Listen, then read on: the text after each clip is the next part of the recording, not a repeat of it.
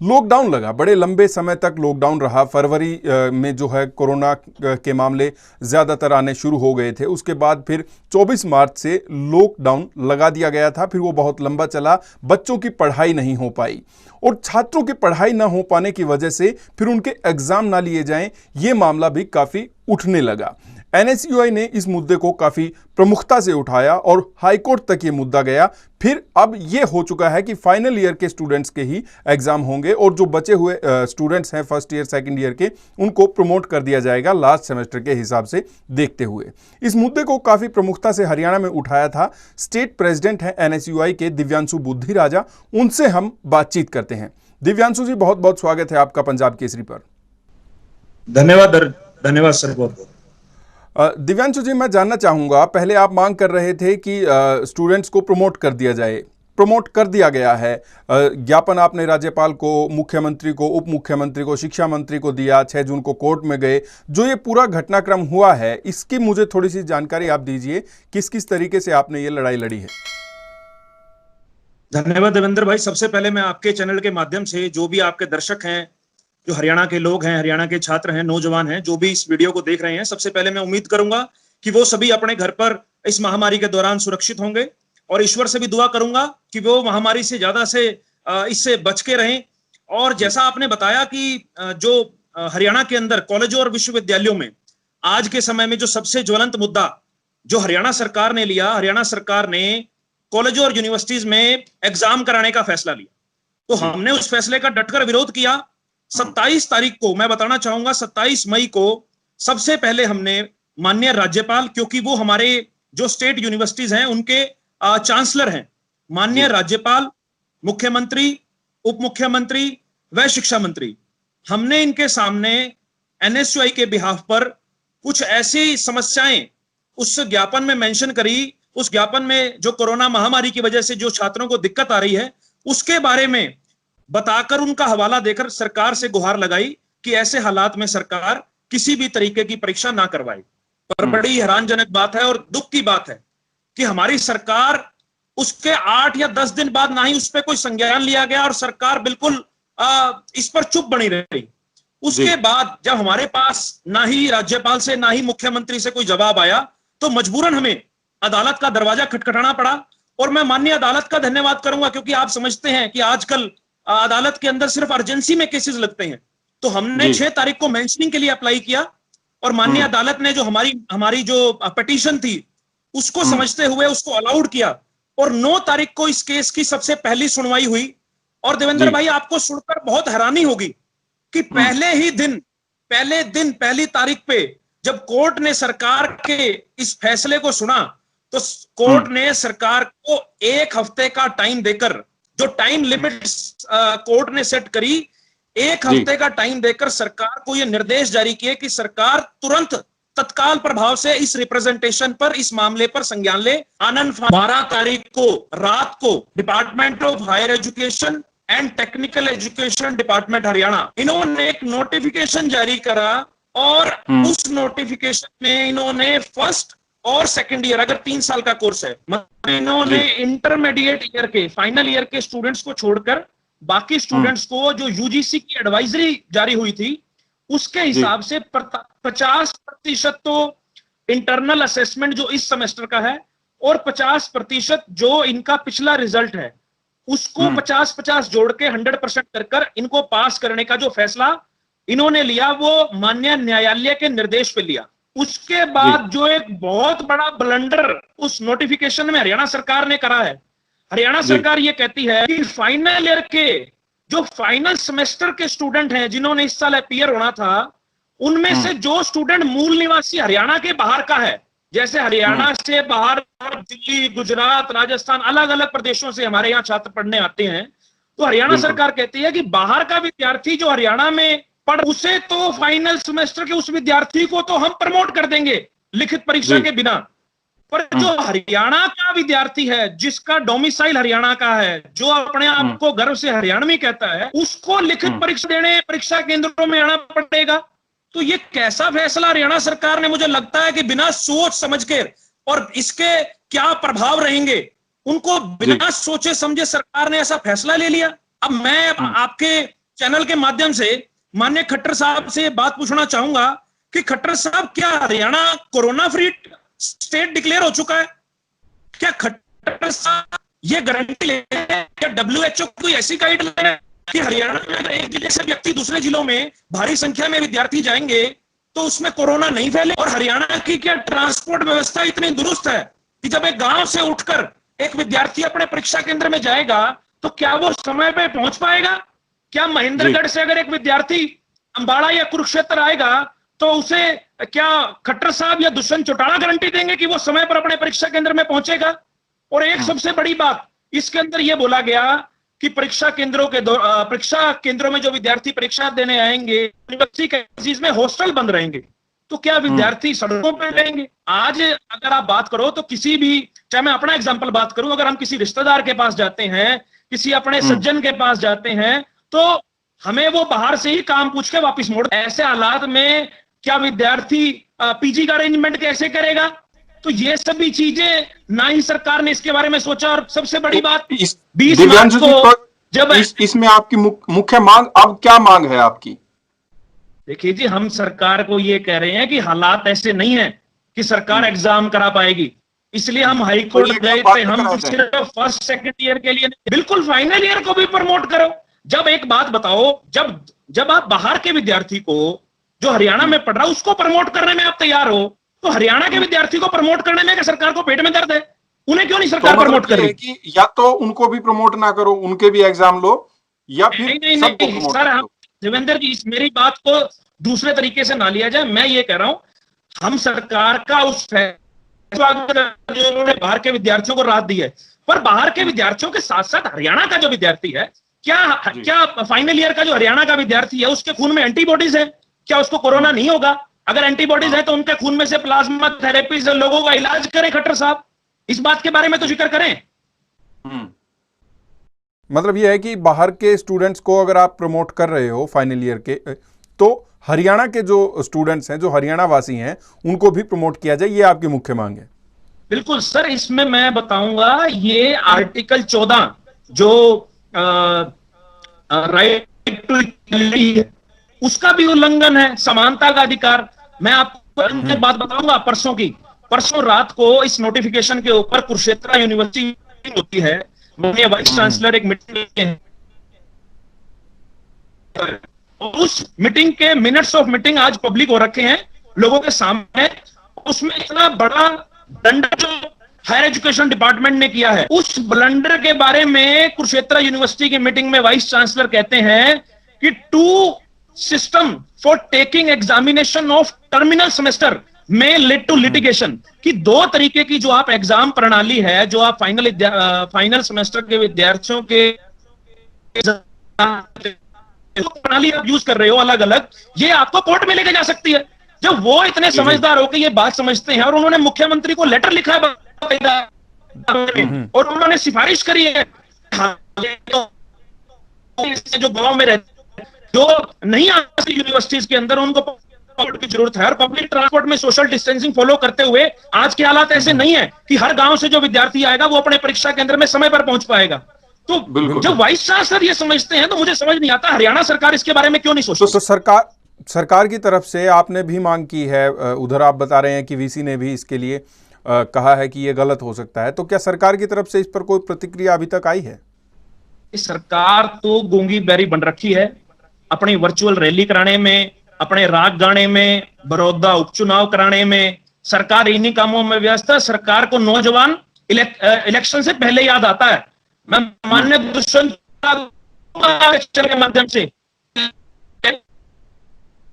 बैठकर जिन नौजवान ने विधानसभा का चेहरा दिखाया, जिन जीतकर वो उप मुख्यमंत्री कुर्सी में बैठे हैं, आज वो जवाब घोटाले पे उनका जवाब आता है, उनका बयान आता है, धान के ऊपर उनका बयान आता है। आज हरियाणा के युवाओं के लिए क्यों चुप हैं? क्यों अपने और माननीय आप वर्चुअल रैली कर रहे हो? एक बात कहूं मैं देवेंद्र भाई, वर्चुअल रैली बीजेपी करा रही है और विद्यार्थियों को कह रहे हैं कि अब अपने परीक्षा केंद्रों में जाकर परीक्षा दो। अगर खट्टर साहब में दम है तो पब्लिक रैली दिखाओ। अगर आपको लगता है कि लोगों की गैदरिंग से कोरोना नहीं फैलेगा तो करो पब्लिक रैली। मॉनसून सेशन नहीं अनाउंस किया अभी तक इन्होंने। हरियाणा के 90 लोग जो हरियाणा को चलाते हैं वो अपने आप को उस कमरे में असुरक्षित महसूस करते हैं इस कोरोना की वजह से। और इतने लाख विद्यार्थियों को एक फैसला ले लिया कि परीक्षा देने आओ। आपातकाल है ये। इस आपातकाल के दौरान सभी मर्यादाएं सरकार को तोड़ देनी चाहिए। हम सरकार से यही गुहार करते हैं कि अगर किसी विद्यार्थी, अगर एक भी विद्यार्थी के साथ कोई अनहोनी होती है तो उसकी भरपाई कौन करेगा? क्या सरकार गारंटी लेगी या दुष्यंत चौटाला गारंटी लेंगे या मनोहर लाल खट्टर गारंटी लेंगे? देखिए, विधानसभा सेशन के लिए तो जो है विधानसभा स्पीकर ने कहा है कि हो सकता है वो सारी सावधानियां बरत कर सेशन को बुलाया जाए। एक मैं आपसे ये जानना चाहूँगा कि आप जो फाइनल सेमेस्टर या फिर फाइनल ईयर के छात्रों के लिए आप ये मांग कर रहे हैं, इसमें अगर रीअपियर कोई करना चाहता है, किसी को मान लो रीअपियर के फॉर्म भर रखे हैं, उसके भी एग्जाम्स हो सकते हैं, तो उसके लिए क्या कुछ आपने सोचा है और क्या कुछ मांग की है और यूनिवर्सिटी की तरफ से क्या कुछ कहा गया है? देखिए देवेंद्र भाई, इसमें मैं बताना चाहूंगा कि हरियाणा के अंदर सिर्फ बीए बीकॉम इन्हीं कोर्सेज के छात्र नहीं पढ़ते। हरियाणा के अंदर BA BCom MBA BTech polytechnic ITI medical MBBS BDS veterinary और बीएएमएस ऐसे कई छात्र पढ़ते हैं। और हमारे पास जो छात्रों की, क्योंकि डे बाय डे हमारे पास ज्यादा से ज्यादा जो विद्यार्थी हमसे संपर्क कर रहे हैं, और हमें एक बड़ी सबसे बड़ी जो समस्या विद्यार्थियों की फाइनल सेमेस्टर की तो है ही है, उसके अलावा जो रीअपियर के स्टूडेंट्स हैं। आप एक बात समझिए कि मान लो मेरे घर में कोई समस्या थी या मेरे घर में कोई ऐसा फंक्शन था जिसकी वजह से मैं एक एग्जाम नहीं दे पाया या मैं उसकी तैयारी नहीं कर पाया, तो उसमें रीअपियर आ गई। इस सेमेस्टर में मैंने वो रीअपियर का पेपर देना था, अब सरकार उनके पेपर ले लिया, पर रीअपियर के बारे में सरकार क्लियर नहीं कर रही। और अगर सरकार प्रमोट करे तो हम ये कह रहे हैं कि रीअपियर स्टूडेंट्स को भी सरकार उसी हिसाब से प्रमोट करे, क्योंकि फर्स्ट और सेकंड ईयर को जब आप बिना परीक्षा के प्रमोट कर सकते हो तो एक विद्यार्थी जिसका एक रीअपियर की वजह से पूरा साल खराब हो सकता है और वो डिप्रेशन का शिकार हो सकता है। ऐसे बहुत विद्यार्थी हैं। हम तो अपनी तरफ से पूरी कोशिश कर रहे हैं उन्हें मोटिवेट करने की कि नहीं, ये सरकार जरूरी आप बारे में ध्यान रखते हुए फैसला लेगी। और उसके अलावा जो विद्यार्थी यूनिवर्सिटी से पास हो चुके हैं, उनकी मान लो 1 या 2 रीअपियर रह रही है, उसने इस साल रीअपियर देनी थी और उसका सरकार क्या करेगी? 1 साल उसका खराब हो जाएगा अगर उसके रीअपियर को सरकार कंसीडर नहीं करेगी। तो हमारी सरकार से दरखास्त है कि रीअपियर स्टूडेंट्स को भी सरकार प्रमोट करे और एवरेज मार्क्स के हिसाब से, या सरकार कोई ग्रेस मार्क्स पॉलिसी ले आए, 50% उनको असाइनमेंट के दे दे, 50% जो एक्स्ट्रा करिकुलर एक्टिविटीज होती हैं, एनएसएस हो गया, यूथ फेस्ट हो गया, एनसीसी हो गया, कई चीजें हैं। अगर सरकार नियत हो सरकार की काम करने की तो कई ऐसे फॉर्मूले निजात कर सकती है सरकार जिसकी को अगले सेमेस्टर में प्रमोट किया जा सके। एक मैं दिव्यांशु जी आपसे ये जानना चाहूँगा, क्योंकि चलिए रेगुलर स्टूडेंट है, रीअपियर की भी हमने बात कर ली, बहुत सारे ऐसे स्टूडेंट्स होते हैं जो डिस्टेंस से स्टडी करते हैं, तो डिस्टेंस एजुकेशन जो हासिल कर रहे हैं उनके लिए भी दिक्कत सेम है कि वो एग्जाम नहीं दे सकते, तो उसके लिए क्या क्राइटेरिया हो सकता है और आपकी क्या मांग है? देवेंद्र भाई, एक बात डिस्टेंस के साथ साथ एक बात और ऐड करना चाहूंगा कि हरियाणा के अंदर मेडिकल बहुत ऐसे विद्यार्थी हैं जो मेडिकल कॉलेजेस में, मेडिकल यूनिवर्सिटीज में पढ़ रहे हैं। मैं सरकार को, माननीय मुख्यमंत्री को यह बात कहूंगा, ये प्रोफेशनल कोर्सेज हैं, मैं समझता हूं, और सरकार इनके अंदर तत्काल प्रभाव से माननीय मुख्यमंत्री, उप मुख्यमंत्री, शिक्षा मंत्री और जो हमारे अनिल विज हैं जो स्वास्थ्य मंत्री हैं, इनको और जितने भी कोर्सेज हैं, एमबीबीएस, बीडीएस, बीएएमएस, वेटनरी और भी जितने मेडिकल के कोर्सेज हैं, इन सभी के स्टूडेंट रिप्रेजेंटेटिव्स को लेकर एक तत्काल प्रभाव से कमेटी गठित करें और जो मेडिकल एजुकेशन एंड रिसर्च के जो सेक्रेटरी हैं उनको बुलाए और इनकी जो काउंसिल्स हैं, जैसे मेडिकल काउंसिल ऑफ इंडिया है, डेंटल काउंसिल ऑफ इंडिया है, फार्मेसी काउंसिल ऑफ इंडिया है, सीसीआईएम है, इनके एक एक रिप्रेजेंटेटिव को बुलाकर स्टूडेंट्स के सामने बैठकर कोई ऐसा तरीका निजात करे सरकार जिससे इन विद्यार्थियों का साल भी बच जाए और इनके स्वास्थ्य के साथ भी कोई खिलवाड़ ना हो। क्योंकि ये विशेषज्ञ जो है, मैं अपने आप को भी इसमें मेडिकल लाइन का विशेषज्ञ नहीं समझता, ना ही मुख्यमंत्री है और ना ही उप मुख्यमंत्री है, बिल्कुल लाइन के विशेषज्ञ हैं, उनके साथ बैठ के ही इसके बारे में कोई फैसला लिया जा सकता है। और उसके अलावा जो डिस्टेंस एजुकेशन की बात करें, बिल्कुल डिस्टेंस एजुकेशन का जो विद्यार्थी हरियाणा में जिसने एडमिशन लिया है, कई ऐसे प्रोफेशन के लोग हैं जो अपना किसी और प्रोफेशन में है पर उन्होंने डिस्टेंस एजुकेशन के राही किसी कोर्स में एडमिशन ले रखा है, उनके लिए भी आज दुविधा है। तो सरकार रेगुलर वालों के लिए कोई ऐसा एक्सपेरिमेंट सेट करे, कोई ऐसा एग्जाम्पल सेट करे कि जिसको हम प्रतिबिंब बनाकर इमेज हम जो है वो एज इट इज जो है डिस्टेंस एजुकेशन वालों के लिए फॉलो करा सके, और उनके भी एग्जाम हम विदाउट रिटर्न एग्जाम उनको भी हम अगले सेमेस्टर में प्रमोट कर सकें। एक मैं ये जानना चाह रहा था कि जैसे आपने आवाज़ उठाई है कि नेक्स्ट सेमेस्टर में प्रमोट कर दिया जाए, नेक्स्ट क्लास में प्रमोट कर दिया जाए, आपके साथ कोई और छात्र संघ आया है या किसी और संस्था ने, किसी सामाजिक संस्था ने इसमें आपका सहयोग किया है, आपकी आवाज़ में आपकी बात का समर्थन किया हो? रविंद्र जी, इसमें मैं उस बारे में इसलिए नहीं बात करना चाहता क्योंकि हम सकारात्मक सोच के व्यक्ति हैं। सरकार के बारे में बातें कह सकता हूं, सरकार को कोसने के लिए मेरे पास बहुत विषय है, पर आज राजनीति का विषय नहीं। आज मैं तो आपके चैनल के माध्यम से अनुरोध करूंगा कि जो छात्र संगठन आवाज उठा रहे हैं तो उसके अलावा कई छात्र संगठन चुप, तो आप आज अपना राजनीतिक चोला उतारकर आज हरियाणा के विद्यार्थियों को आज आपकी जरूरत है, जो अपने आप को स्टूडेंट लीडर कहता है ना, आज उसकी परीक्षा का समय है। आज जब सरकार के सामने आवाज बुलंद करने की बात है तो कई छात्र संगठन अपने बिलों में दुबक कर बैठे हैं। आपको सब कर आज सरकार के खिलाफ, इस फैसले के खिलाफ आवाज बुलंद करनी है, और इसमें एनएसयूआई चाहे सड़कों की बात हो, चाहे ज्ञापन देने की बात हो, और चाहे न्यायालय जाने की बात हो। आज हमने एक सोशल मीडिया पर कैंपेन भी चलाया है और जिसमें हमें बहुत अच्छा रिस्पांस जो है हरियाणा के स्टूडेंट से मिला है। उससे पता लगता है कि हरियाणा का विद्यार्थी जागरूक है और इस कोरोना नाम की बीमारी से वो कितना भयभीत है और कितना असमंजस में है। तो सरकार को जरूर इसके ऊपर कोई ऐसा फैसला लेना चाहिए जिससे फाइनल ईयर के स्टूडेंट्स को और बाकी जिनके बारे में मैंने बात करी उन सभी को कोई राहत की सांस मिले। एक जब हमारी पिछली बार बातचीत हुई थी आपसे तो तब आपने कहा था कि बाहर के स्टूडेंट्स थे जो दूसरे राज्यों के थे और क्योंकि हॉस्टल्स बंद हो गए थे और उनके खाने की बड़ी दिक्कतें थी तो आप लोग उनकी मदद कर रहे थे। अभी उन स्टूडेंट्स का क्या है, क्या वो वापस अपने घर जा चुके हैं या किसी कोई और व्यवस्था सरकार की तरफ से की गई है, किसी संस्था की तरफ से की गई है उनके लिए? रविंद्र भाई, उसमें से काफी लोग, मैं अगर बात करूं तो 90-95% जो स्टूडेंट है वो लगभग अपने घरों में जा चुका है। जो थोड़े बहुत विद्यार्थी हमारे पास कोई ऐसी कॉल्स आती हैं तो उनकी हम लगभग, पर ज्यादातर विद्यार्थी जो है वो अपने दूसरे प्रदेशों में जहां उनका बसेरा है, जहां उनका घर है, जहां उनका परिवार है, तो ईश्वर की दया से वो सुरक्षित हैं अपने घरों में और अपने घरों में वो पहुंच चुके हैं।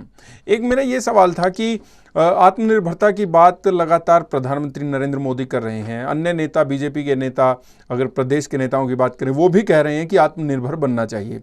एक तरफ आप ये बात कह रहे हैं कि बिना एग्जाम लिए स्टूडेंट्स को आगे प्रमोट कर दिया जाए, तो मेरा ये सवाल था कि क्या उनका सही से मूल्यांकन हो पाएगा और क्या वो इतने काबिल बन पाएंगे अगर एग्जाम नहीं लेते? तो क्या हमें ये पता लग पाएगा कि वो इतने काबिल हैं कि वो आत्मनिर्भर बन सके, आगे अपना रोजगार खुद शुरू कर सके, दूसरों को रोजगार दे सके? इस पर आपका क्या कहना है? मैं एक बात सरकार को बताना चाहूंगा, ये एक बार 1947 में जब हिंदुस्तान और पाकिस्तान का विभाजन हुआ था तो 1948 में फिरोजपुर में रिलीफ कैंप लगे थे। उस समय बाढ़ आ गई थी वहां पर फिरोजपुर में, तो पंजाब यूनिवर्सिटीज ने अपने स्टूडेंट्स को जो है विदाउट एग्जाम अगले सेमेस्टर में प्रमोट कर दिया था, और जो फाइनल ईयर के स्टूडेंट्स थे उन्हें भी लास्ट सेमेस्टर में, लास्ट ईयर में पास कर दिया था, और उन्हें यह कहा गया था कि आप लोग बाढ़ के अंदर लोगों की सेवा करें, और उस सोशल वर्क के हिसाब से जो है स्टूडेंट्स के मार्क्स लगाए गए थे। आज आप और मैं और इस प्रदेश का हर विद्यार्थी जो अपने घर में 2.5 महीने से लॉकडाउन की पालना कर रहा है, तो वो भी अपने आप में एक सोशल वर्क है।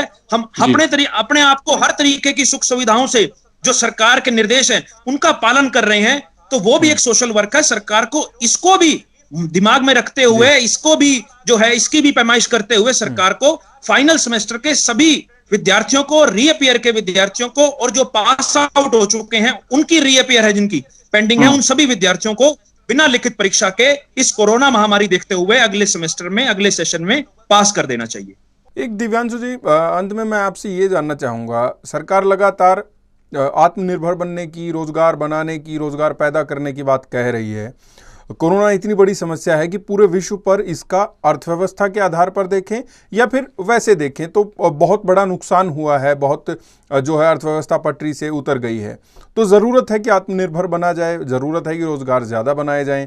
आपको क्या लगता है सरकार जो कदम अब उठा रही है कोरोना काल के बाद, हालांकि खत्म नहीं हुआ है, तो क्या वो कदम काफी हैं और क्या क्या सरकार कर सकती है कि रोजगार पैदा हो, आत्मनिर्भर बन सके? देखिए जी, जो सरकार कदम उठा रही है, सबसे पहले तो सरकार रोजगार छीनने का काम कर रही है। आज हरियाणा के अंदर कितने ऐसे रोज हम सुनने को आता है, कभी पीटीआई जो टीचर्स हैं उनका ले लो, कभी कोई इंडस्ट्री बंद हो रही है। तो हम सरकार से तो हम यही अनुरोध करते हैं कि आपने रोजगार नए तो क्या पैदा करने हैं। कभी खट्टर साहब आके बोल देते हैं कि इस साल कोई नई भर्तियां नहीं होंगी, बाद में आके वो अपनी बात से मुकर जाते हैं। तो हम तो सरकार को इतना अनुरोध है कि सरकार कोई ऐसा फैसला ना ले जिसकी वजह से जो अभी रोजगार, जो लोग अभी जिनके पास रोजगार है उनका ना रोजगार छिने। और कम से कम हम विद्यार्थियों का ध्यान रखें कि जिन्होंने आगे आने वाले समय में हरियाणा का भविष्य बनाना है, उन विद्यार्थियों के ऊपर सरकार जरूर ध्यान दे और कोई भी ऐसा फैसला ना ले जिससे हरियाणा के किसी भी घर का किसी भी चिराग जो है उसके ऊपर कोई आंच आए। तो मेरी सरकार से यही गुजारिश है। चलिए, हम भी उम्मीद करते हैं कि कोरोना के इस काल से जल्द ही छुटकारा मिले और जो पहले से नॉर्मल जीवन था, आम जीवन था, वो फिर से चल पड़े। दिव्यांशु बुद्धिराजा, आप हमारे साथ जुड़े, बहुत बहुत शुक्रिया।